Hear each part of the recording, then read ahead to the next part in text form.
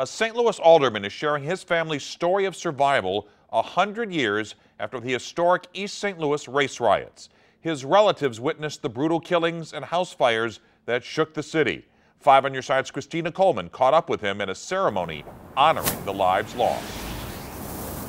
He says the impact that the riots have had on the St. Louis region will live on forever, and so he's sharing his family's story to make sure we never forget. Terry Kennedy is a descendant of the survivors of the East St. Louis race riots. You know, both my father and uncles and aunts and cousins were all there. The 3 days of riots began July 1st, 1917, as tensions rose over labor issues. White men drove through the black portion of the city, firing guns into homes.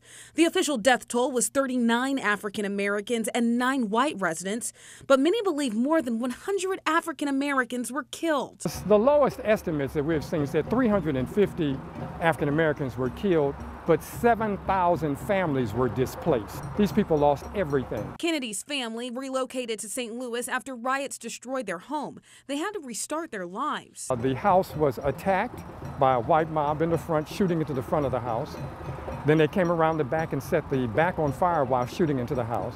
Kennedy's family fought to stay alive. My grandmother took the children out the side door and they hid in the tall grass for about 8 to 12 hours. Participants wore white at the centennial ceremony to honor those who died. They also took part in a silent march across the Eads Bridge, the same bridge African Americans used to escape the rioting. It's all part of the ongoing effort to recognize the riot's lasting impact on the region and the fight for civil rights. I mean, the St. Louis Urban League was formed to give relief to the survivors of the East St. Louis race riot. We can't just sweep it up under the rug, or we will lose the important information that it gives to us.